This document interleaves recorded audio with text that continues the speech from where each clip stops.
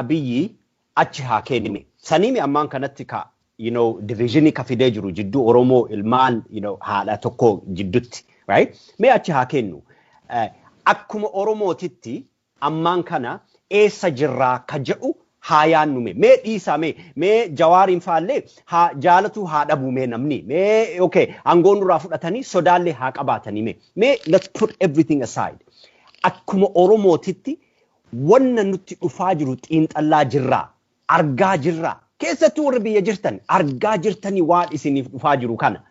Wanna yoo isin amma ka argutti ka jirtan niin beeka jechuun namni baay'eenillee yooki jibbaa Oromummaa qabaateetii miti. Ni beeka even warrummaa amma biyyi wajjin dhaabatu kunniin illee maybe gara yaada akka ofiititti isaan no Oromoo ammaan kana ka harkaa qabu nutuyyuu biyya bitutti jira maalumaaf ummanni akka amma kiyyaa kun maaf ummata kana hin galle jedhanii maybe mataan isaanii dhukkubata.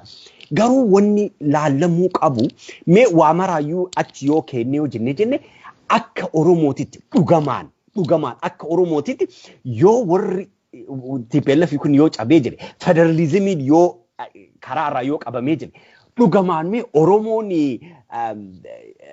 freedomii akkasitti qabaatee jiraata isinitti fakkaata biyya san keessatti moo dhugaan jirtu udumaa argitan irraa goraa jirtan dhugaan jirtu warri minilikii qophaa'ee jira.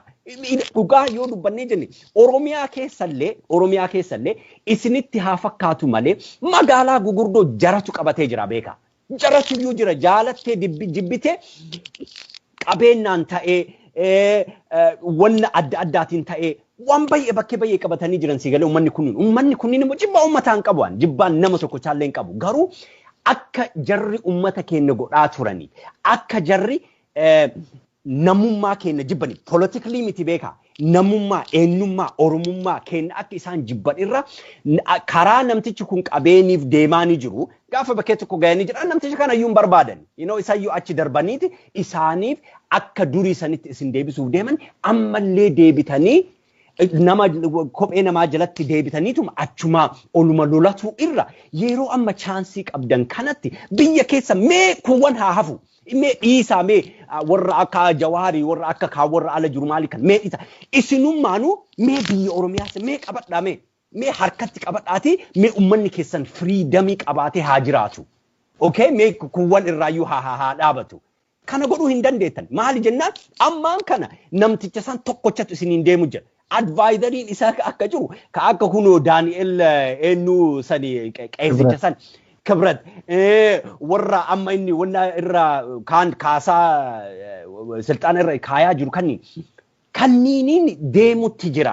So yoo san cabsee akka isin amma yaaddanitti TPLF isin miidhee jedhe san isinii cabsee achi isinii deebi'ee asitti deebi'ee marqaaf dhadhaa isin nyaachisa. No yaada paaworii hin jedhamne qabaachuuf deema namtichi kun. Paaworii san immoo qabaatee yaanni isaa maali ka jedhu yaaduu qabdani. Yaanni isaa ilaalchi isaa maali biyya saniif ilaalchi isaa biyya multinationally ta'ee jedhee tokko dhaabuu barbaada ka eeriyaa martii freedomii qabaatee jedhu dhaabuuf deema moo namtichi kun kam immiyyee Itoophiyaa durii san kan nama sabaaf sablammii irra deemee gadi caccabsee mooraalii isaanii gadi cabsee akka nama akka isaan hin taane aadaa isaanii itti kolfisiisee san deemsisuuf deema. Kan jedhu kana yaada mataa keessan